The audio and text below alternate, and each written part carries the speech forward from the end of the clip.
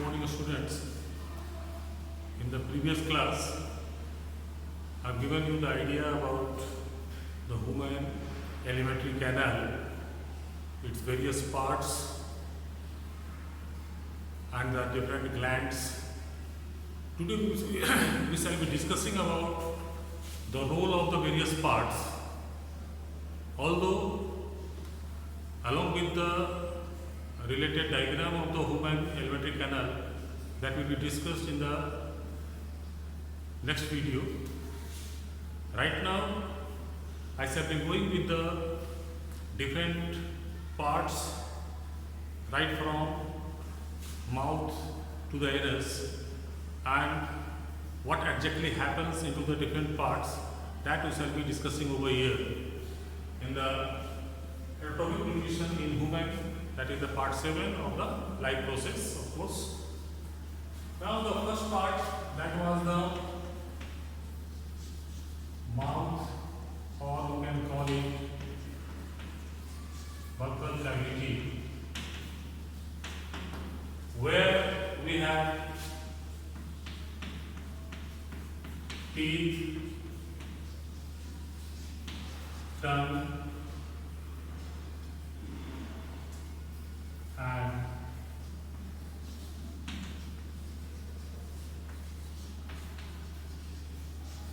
salivary glands. Remember salivary glands that produce saliva that contains tiny, that is amylolytic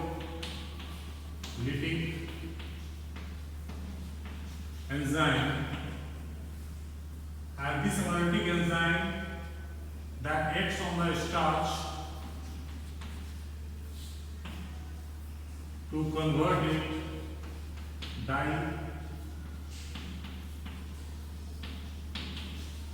disaccharides. That is called partial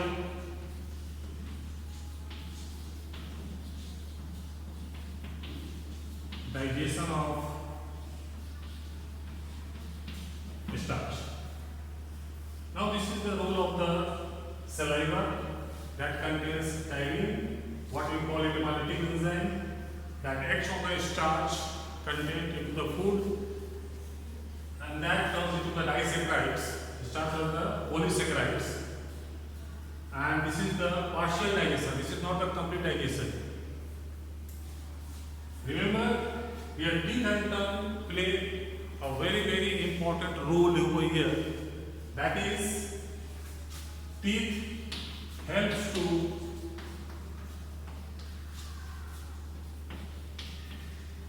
tear, bite, and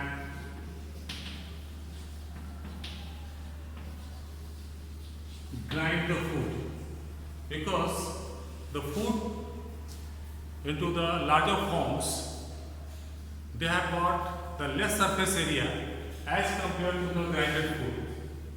So as the number of pieces of the food will be increased, it will have the larger surface area, and naturally if the larger surface area is there, enzymes can act on a large surface area, and thereby we get the proper digestion. Just you can simply understand this one.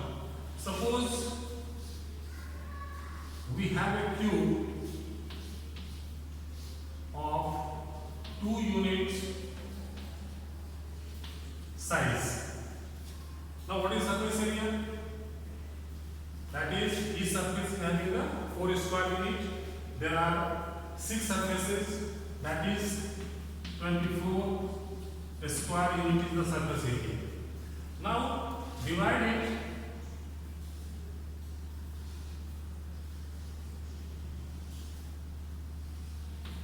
into the size of 1 unit cube. Suppose this is 1 unit.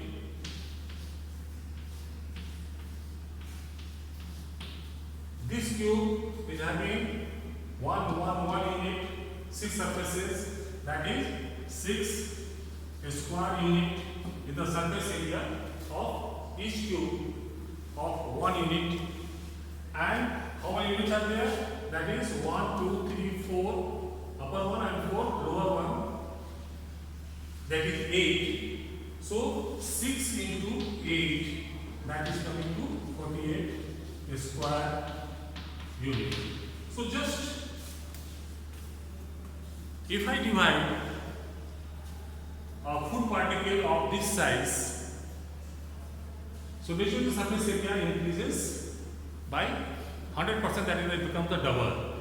So same way, if further broken down, further grinded, the more surface area will be available, and surface area, larger surface area is required for proper action of the enzymes over there.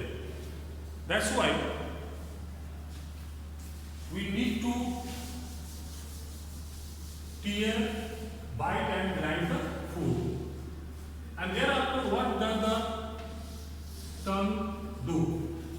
Remember, tongues are having the receptor sites for the taste, and not only the taste, because of the taste buds present onto the tongue, they provide the taste of the food, as well as they help to mix up the saliva with the food in a proper manner, and thereby with this mixing, the digestion process that takes place in a very effective and efficient way, and thereby this sort of digestion that takes place into the mouth. And further, tongue helps to swallow the food. Swallow means after the grinding, chewing, the mixing, then the food has to travel further for other digestive processes. So each part is having a very, very important role. Now, how can we say that this digestion has taken place or started into the mouth itself? It is very simple. You can do it at your home also. Just you take a piece of bread, just grind it for a very small time and swallow. You will have the blank taste. Blank means no sweetness will be there. But if you chew it for a longer period of time, after some time you will find the same bread has tasted sweet. Sweetness will appear. And this sweetness is because the starch are digested into the disaccharides, which are sweet in taste. This is a very simple way. And another way also that we can taste it. Just take a small amount of cooked rice into a test tube, add some water to it, take another test tube, and in that test tube just take some rice into your mouth, chew it well, and after well chewing, just pour the content of your mouth into the another test tube, add some water to it also, and in the both the test tubes you add a drop of starch, iodine solution. The iodine solution added to the simple boiled rice, that will turn blue black, but in the same iodine solution will have no effect on the other test tube that has been chewed, because after chewing that has been turned into the disaccharide. So partial digestion has taken place into the mouth itself. I hope this part is quite clear to you all.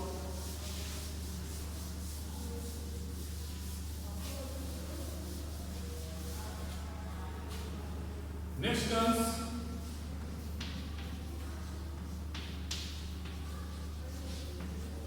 esophagus.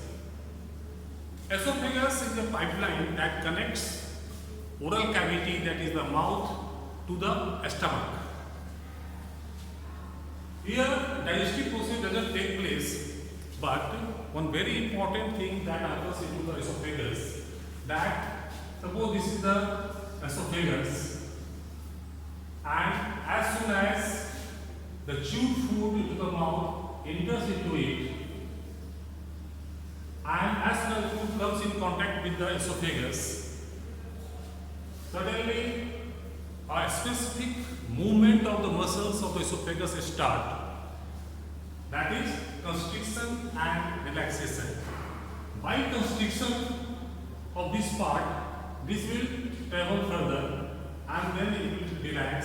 Then this food comes over here. Again this is constricted. This will go here. So there is a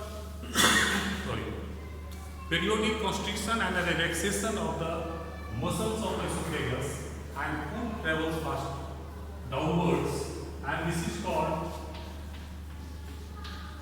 peristalsis or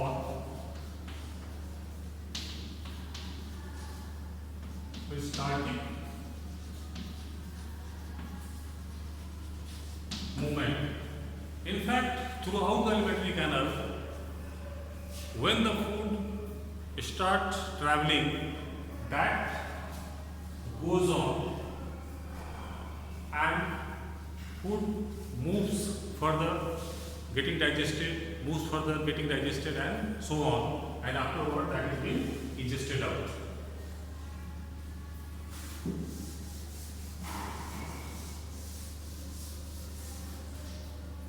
Now next comes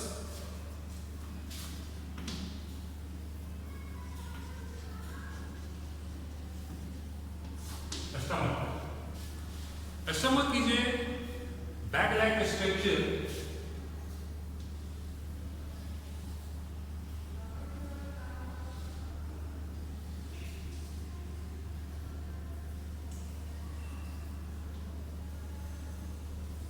having a layer of mucus over it, and here are the gastric glands. So when the food reaches into the stomach from this way, immediately there is secretion from the gastric glands, that is called gastric secretion. Now in the gastric secretion,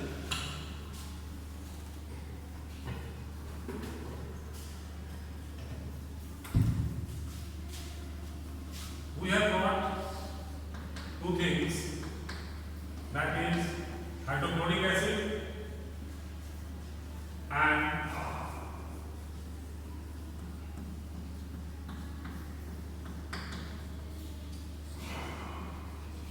pepsinogen. Pepsinogen is the inactive enzyme pepsin, the proteolytic enzyme. Means pepsin acts on the protein present into the food.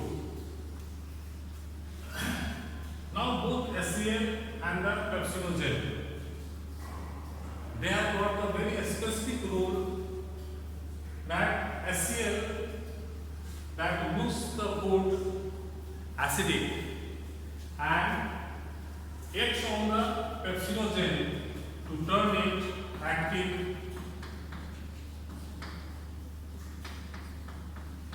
pepsin. The pepsin doesn't remain into the gastric glands in the form of active form, because this is the proteolytic enzyme and the gland walls are made up of proteins itself, so that will get digested there only. That's why this remains into the inactive form. And also in the stomach there is a layer of the mucus which protects the walls of the stomach by the action of HCl and the pepsin. Otherwise they will corrode, they will get digested itself, and lot of perforation may occur. So that's why this is there, the mucus layer, and there is a secretion of the bicarbonate also, which neutralizes the HCl that enters into the mucus layer. And in some people, where the mucus layer becomes thinner or broken, they get these things attack the wall, causing the gastric ulcer. Unme gastric ulcer that takes place. Now, HCl has first role, that is converts inactive pepsin into the active pepsin. Inactive pepsin, that is the pepsinogen, into the active pepsin to act on the proteins. On the other hand, HCl also helps to sterilize the food. So whatever food we are taking in, that is likely to contain a large amount of germs along with, because we remain in the ocean of the germs and they are entering every time whenever we swallow anything. So the HCl kills those germs, and that killing is known as the sterilization. So food becomes the germ free over there. So HCl has got the two roles. Sterilization of the food, number one, and number two, that is conversion of pepsinogen into the active pepsin. Now what pepsin does over here?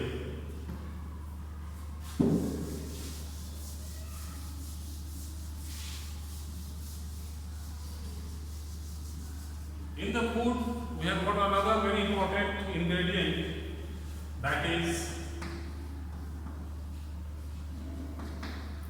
proteins. They are acted upon by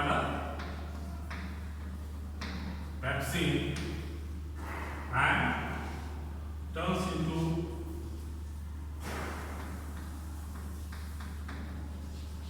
partially digested protein, that is called peptones. Proteins are also the polymers, so they are broken down to the smaller pieces, that is known as the peptones. And these peptones are further digested when the food travels into the alimentary canal.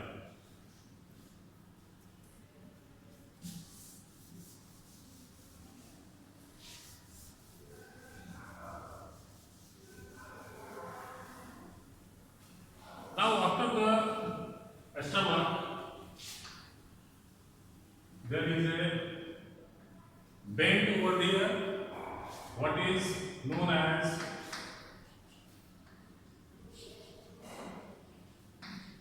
duodenum, which is the part of the small intestine.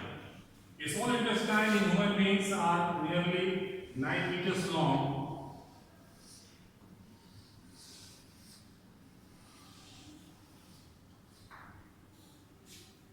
Now, in the duodenum, as the food travels into it, there is the secretion from liver and another one, that is pancreas. These two secretions, they take place in the duodenum when the food from stomach reach over here. So liver gives bile and pancreas gives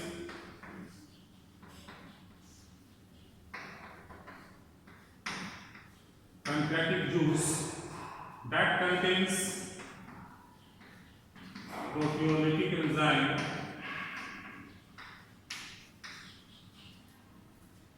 enzymes, trypsin and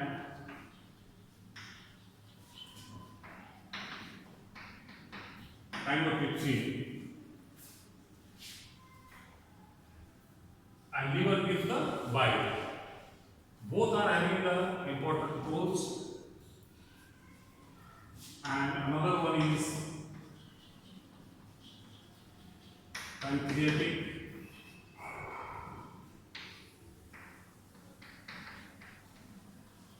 lipase.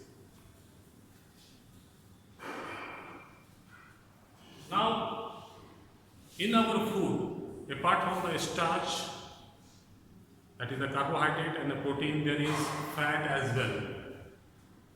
Fats also exist in our food in the larger globules like this way. And lipolytic enzyme, that is the lipase, that can act on it, on its breakdown into the simple soluble substances. But the larger globules have the less surface area. If it is broken down to the smaller ones, which doesn't take place to the mouth. So this is needed to be broken down into the smaller globules so that the surface area increases and thereby the enzyme acts on it in a proper manner. So bile helps to break down the larger globules into the smaller globules, the process known as emulsification of the fat. So bile causes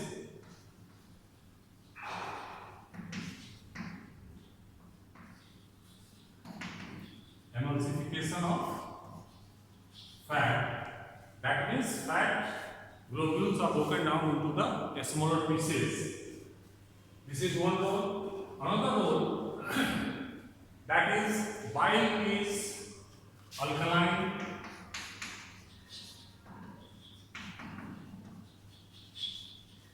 in nature, and whatever food is leaving stomach, that is acidic in nature, and these enzymes can act into the basic medium, that is alkaline medium.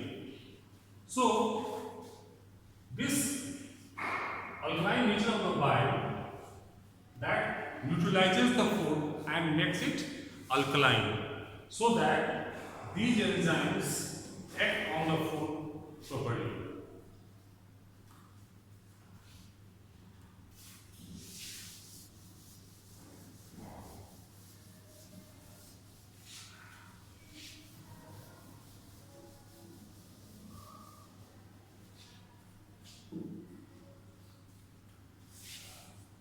So protein, that is that turn into the peptones into the stomach itself, acted upon trypsin and chymotrypsin, that turns into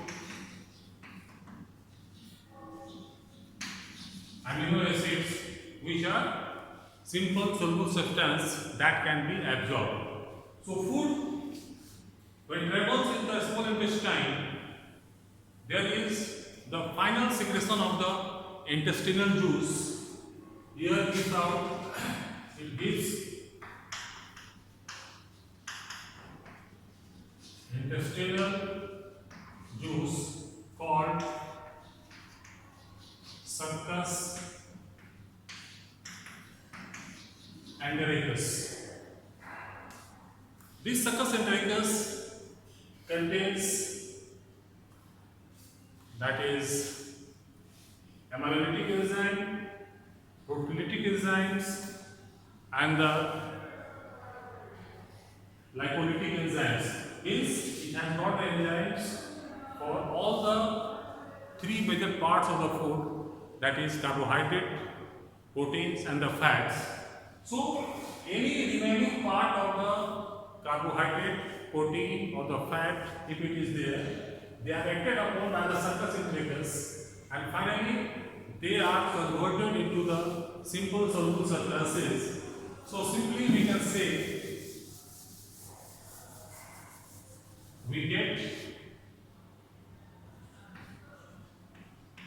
starch, or simply you can call it carbohydrates into glucose, proteins into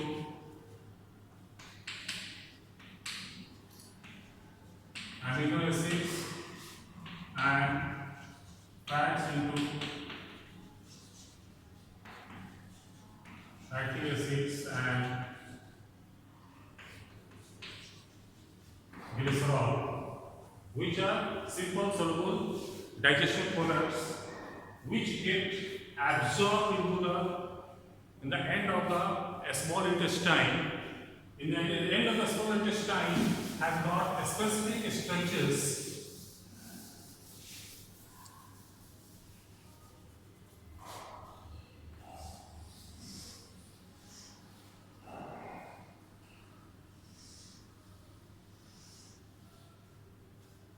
This is the inner part of the small intestine. In the last part, they have got the finger-like structures called villi, which are thin layer. They are having the thin layer and rich blood supply, and these finger-like structures provide a larger surface area, and thereby the digested food just travel through it and gets absorbed into the bloodstream, and thereby the absorption process takes place, and the absorbed food is then passed to the different cells by the process of transportation.